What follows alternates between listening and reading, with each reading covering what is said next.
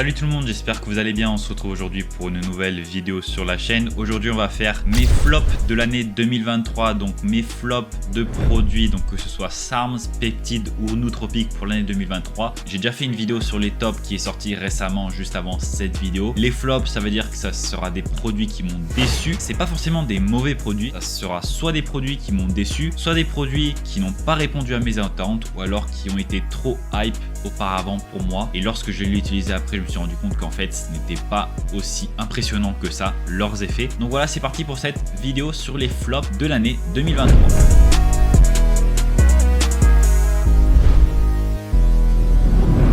Alors, premier produit que j'ai mis en flop, c'est le GW0742, donc Super Cardarine. Alors, pourquoi je mets la Super Cardarine GW0742 en flop? Pour moi, ce n'est pas un flop dans le sens où c'est un mauvais produit. Mais cependant, entre la Cardarine GW501516 et le GW0742, je n'ai pas constaté de différence. J'ai même préféré la Cardarine, les effets de la Cardarine aux effets du GW0742. Peut-être parce que, voilà, la fois où j'avais utilisé de la Cardarine, j'étais dans un autre sport, je faisais du vélo, ça m'a beaucoup aidé pour le vélo, ça m'a aidé également à perdre du gras, etc. Et quand j'ai pris du GW0742, c'était pas dans le même contexte, j'ai toujours du cardio mais de manière différente, etc. Mais voilà, j'ai eu selon moi plus de bénéfices avec la Cardarine simple qu'avec la Super Cardarine. Vous pouvez tester la Super Cardarine si vous n'avez pas testé, mais selon moi la Cardarine reste meilleure que la Super Cardarine. Donc voilà pourquoi je le mets en flop, pas parce que c'est un mauvais produit, juste parce que je m'attendais à une grosse amélioration par rapport à la Cardarine, mais en fait il n'y a pas du tout d'amélioration, en tout cas je n'en ai pas constaté. Ensuite, deuxième produit que je mets en flop, le SR9009.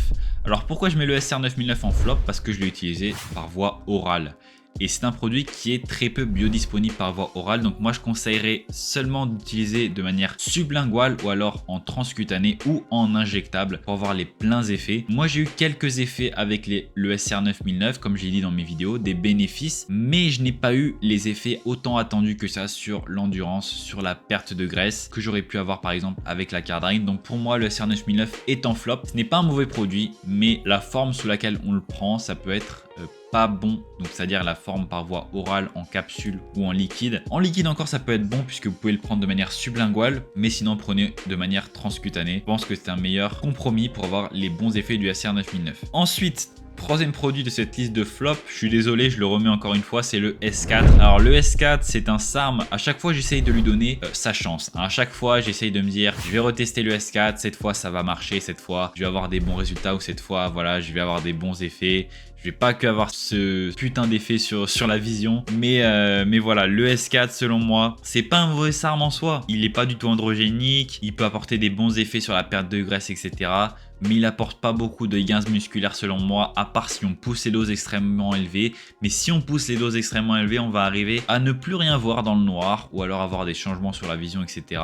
Bien sûr qu'il s'arrête après la prise du produit, mais pour moi ça n'en vaut pas la chandelle. Je préfère largement de prendre l'ACP105, comme j'ai dit dans la vidéo S4 versus ACP105. Donc voilà, pour moi le S4 reste dans les flops pour cette année 2023. Ensuite, quatrième flop, c'est le BPC 157. Alors pourquoi je mets le BPC 157 alors que c'est un produit qui est censé être miraculeux pour la régénération des tendons et des articulations, des blessures, etc. Alors je le mets en flop puisque moi je l'ai utilisé en spray nasal. Et en spray nasal, je n'ai constaté quasiment aucune différence. Peut-être une meilleure récupération, mais c'est difficile à dire. Franchement, j'ai pas constaté de différence notable. Si vous voulez utiliser du BPC 157, je vous conseille fortement soit du BPC 157 en injectable ou alors du BPC 157 par voie orale. Selon moi, c'est les deux seules méthodes qui sont prouvées scientifiquement comme étant efficaces. Donc voilà, le BPC 157 en spray, j'oublie. Pour moi, c'est un flop sur cette année 2023. Ensuite, autre produit, nous avons l'AC262. Ouh là là! Alors là, il y en a qui vont me dire, comment ça, l'AC262, tu me l'as mis sur mon protocole, ou alors tu as dit que c'était un très bon SARM, tu as fait une vidéo dessus avec un abonné qui a vu des très bons résultats, etc. Alors oui, l'AC262, pour moi, c'est un très bon SARM, je dis pas le contraire. Cependant, moi, je m'attendais à un SARM beaucoup plus puissant que l'Ostarine, alors qu'en fait, j'ai eu quasiment les mêmes effets qu'avec l'Ostarine. Le seul effet que j'ai eu de plus avec l'AC262 que je n'ai pas eu avec l'Ostarine, c'est l'effet nootropique que l'AC262 peut apporter. Mais au niveau de la puissance du SARM pour la prise de muscle, l'AC262 n'est pas forcément un excellent SARM. Enfin, c'est un très bon SARM. Je vais pas dire que c'est un mauvais SARM. Mais pour moi, c'est un flop dans le sens où je m'attendais vraiment à mieux. Je m'attendais vraiment à un SARM avec un très gros potentiel. Peut-être que j'utiliserai à l'avenir encore une fois et que j'aurai un autre avis par rapport à ce produit. Mais pour moi, pour l'instant, il est dans ma liste de flop pour l'année 2023. Ensuite, nous avons le Kana. Donc le Kana, j'ai fait une vidéo dessus qui n'a pas fait de vue du tout. Le Kana qui est censé être un antidépresseur, un produit qui calme un peu. Donc c'est un peu un supplément qu'on va mettre dans les protocoles de nootropiques pour avoir des effets plus diffus ou alors pour se calmer par rapport aux stimulants. Donc c'est à dire que si on coupe le Kana à certains stimulants, on va avoir un effet plus lisse dans le temps. Moi personnellement, j'ai utilisé le Kana avec les nootropiques, je n'ai constaté presque aucune différence, peut-être un peu plus voilà, de calme, de zénitude, mais sinon pas grand chose. Pour moi le Kana, c'est pas un produit à acheter forcément. Si vous avez du mal à tolérer tout ce qui est stimulant, même à petite dose, couplez-le avec du Kana ou couplez-le avec de la L-théanine. Donc ça, vous en avez sur mes sponsors, donc notamment la L-théanine sur Nootropics Depot. Mais voilà, le Kana, selon moi, c'est pas un produit que je mets dans mes tops, je le mets dans mes flops parce que je m'attendais à un truc un peu mieux que ce produit que j'ai eu. Ensuite, j'ai mis l'OTR-AC. L'OTR-AC, en gros, c'est la même chose que l'Ostarine, sauf avec une demi-vie plus longue. Donc moi, voilà. Je vois pas forcément l'intérêt de prendre de l'OTR-AC puisque l'Ostarine déjà a une demi-vie de 24 heures. Donc une dose quotidienne peut suffire, voire une dose bi-quotidienne. Si vous voulez vraiment pas vous casser la tête et avoir des concentrations plus stables dans le temps, etc. et pas avoir des contraintes au niveau du timing du dosage, prenez l'OTR-AC. Mais voilà, pour moi, il n'y a pas du tout, voire presque pas de différence entre l'OTR-AC et l'Ostarine. C'est comme entre le JW0742 et le JW501516. Pour moi, ce n'est pas des améliorations qui sont très ouf. Ensuite, nous avons le 1 Andro, donc cette fameuse pro-hormone. J'ai fait une vidéo 4 Andro versus 1 Andro. Alors pourquoi je mets le 1 Andro dans mes flops? Tout simplement puisque je m'attendais à plus. Je l'ai testé avec notamment ma cure de S23 MK677 en fin d'année là. Le 1 Andro, j'ai pas constaté plus de différence que ça. Bon, peut-être un peu plus d'agressivité, un peu plus d'énergie, mais vraiment pas grand chose. Je pense qu'il faut consommer des dosages un peu plus élevés pour ressentir quelque chose. J'ai même des abonnés qui l'ont testé et qui ont eu des problèmes au niveau de la conversion en œstrogène. Donc en base de testostérone, ça peut pas forcément être le top. On serait plutôt le 4 Andro. Donc voilà, par rapport au 1 Andro, j'ai pas forcément bien aimé non plus. Ensuite, autre produit que je mets dans mes flops, c'est le Myrodenafil. Alors le Myrodenafil, qui est un inhibiteur de la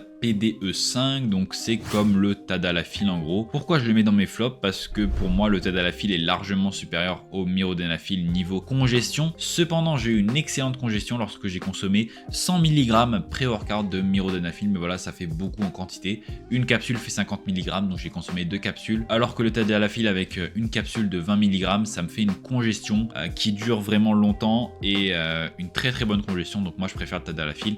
Le Myrodenafil, je m'attendais à plus personnellement. C'était moins bon que le Tadalafil selon moi, moins bon rapport qualité-prix. Donc pour moi, il est dans mes flops de cette année 2023. Ensuite, nous avons le fameux 5-amino-1-MQ. Et oui, je le mets dans mes flops. Pourquoi? Parce que ce produit est un produit extrêmement cher et qui va apporter des résultats peut-être, mais c'est pas des résultats de fou. Ça ne justifie pas son prix. Son prix est peut-être élevé dans le sens où c'est un produit relativement nouveau, où on en trouve peu sur le marché, mais selon moi, le 5-amino-1-MQ, c'est un flop, je l'annonce ici. Je m'attendais vraiment à beaucoup plus de résultats avec ce produit. Je ne l'ai pas beaucoup testé personnellement que quelques fois, mais j'ai eu beaucoup de retours de mes abonnés qui m'ont dit que voilà, ils n'ont pas eu trop de résultats avec le produit. Donc pour le prix qui coûte, pour moi, c'est pas forcément un excellent produit. Après, si vous avez le budget, si vous répondez bien au produit, ça peut être cool, mais pour moi, le 5-amino-1-MQ, c'est un flop pour cette année 2023. Ensuite, autre flop, le 1,4 DMAA. Alors, j'ai fait une vidéo de comparaison entre le 1,3 DMA et le 1,4 DMA. Pourquoi je mets le 1,4 DMA en flop? Puisque selon moi, je vois pas d'intérêt à faire une autre version du 1,3 DMA qui est un excellent stimulant, un excellent produit. Je comprends pourquoi il est fait, ce changement, puisque le 1,3 DMA est souvent interdit dans pas mal de pays et dans pas mal de compétitions sportives, etc. Alors que le 1,4 DMA, voilà, on rajoute un truc dessus, du coup ça fait un peu un nouveau produit, etc. Mais voilà, au niveau des effets, je préfère le 1,3 DMA. Le 1,4 DMA, je m'attendais à une amélioration par rapport au 1,3 DMA, mais ça n'a pas été le cas. Même toutes les personnes à qui je l'ai fait tester, mes amis, etc., ils ont dit ça va, on sent une petite stimulation, on sent quelque chose, mais le 1,3 DMA est quand même mieux. Donc voilà, le 1,4 DMA, je le mets un peu dans mes flops ici. Ensuite, autre flop, l'agomélatine. Alors l'agomélatine, j'ai fait une vidéo dessus également. Je pensais que c'était un produit qui allait être extrêmement prometteur. Après, peut-être que pour moi, ça n'a été pas parce que voilà, c'est pas un produit qui me correspondait personnellement. L'agomélatine, en gros, c'est un antidépresseur, donc qui permet de faire sécréter plus de mélatonine notamment. Donc ça vous aide à dormir normalement. Moi, j'ai pas eu d'effet plus que ça avec l'agomélatine personnellement. J'ai pas constaté une grosse amélioration au niveau de mon sommeil, ou alors peut-être peu perceptible.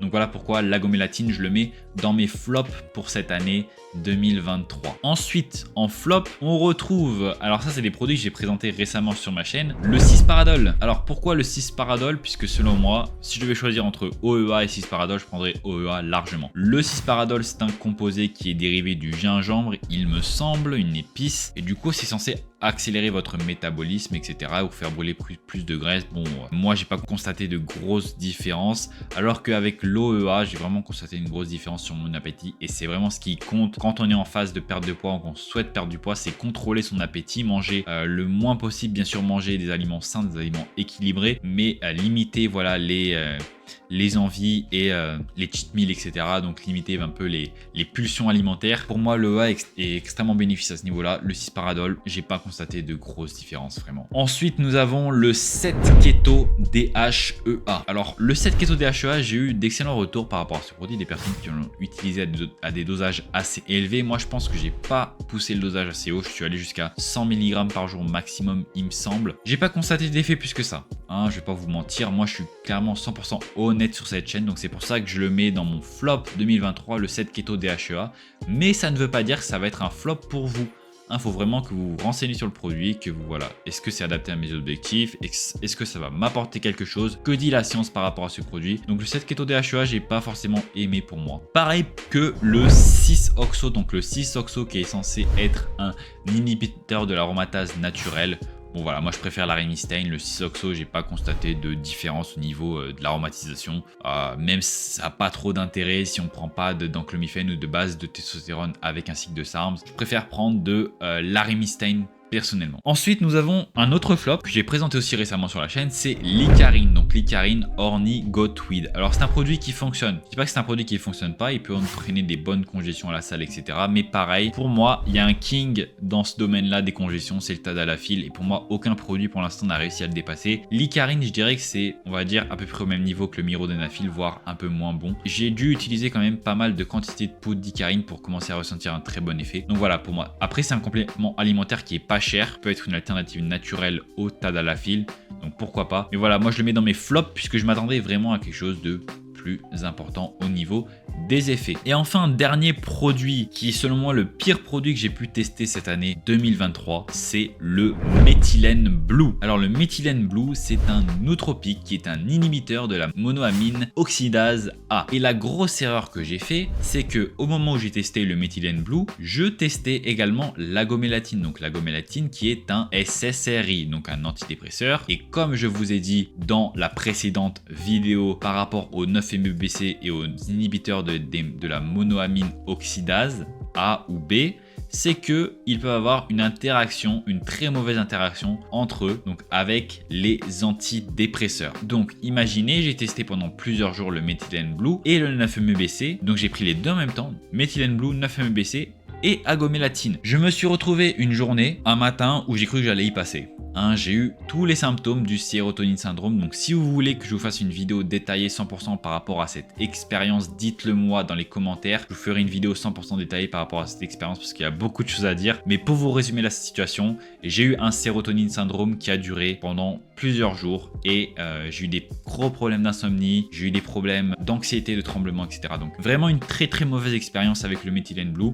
En plus, ça vous fait pisser bleu comme un schtroumpf. Donc voilà. Après, ça, sûrement que ça a ses bénéfices, comme tout produit. Mais voilà, les mauvaises interactions que j'ai eues avec, je n'en utiliserai plus. Pour l'instant, ça m'a beaucoup refroidi. Donc voilà par rapport au Methylene Blue. Si vous voulez, voilà, je vous rappelle, si vous voulez que je fasse une vidéo dédiée au Methylene Blue, dites-le moi dans les commentaires de cette vidéo. Donc voilà, ce sera tout aujourd'hui pour cet épisode sur mon flop de mes produits 2023, donc que ce soit les SARMs, peptides, nootropiques ou suppléments. J'espère que cette vidéo vous aura plu. Si vous avez aimé la vidéo, n'hésitez pas à liker la vidéo, à laisser un commentaire, ça aide toujours pour l'algorithme YouTube, à vous abonner à la chaîne et activer la cloche des notifications pour manquer aucune des prochaines vidéos. Si vous avez n'importe quel type de questions, n'hésitez pas à aller sur mon Instagram qui va s'afficher à l'écran, donc c'est Pierre-Gourdon. Je réponds à n'importe quel type de questions sans problème. Également, n'hésitez pas à checker mon site web pgsarms.com pour accéder à tous mes nouveaux articles qui sortent chaque semaine sur les SARMs, nootropiques, peptides et suppléments. Également, n'hésitez pas à checker toutes mes sources en description pour vos besoins personnels. Et puis sur mon site web pgsarms.com, vous avez également tous mes services de coaching. Si vous êtes intéressé par ça, je vous attends là-bas. Et puis on se retrouve très vite. À bientôt sur la chaîne. Allez, salut les gars, bye bye.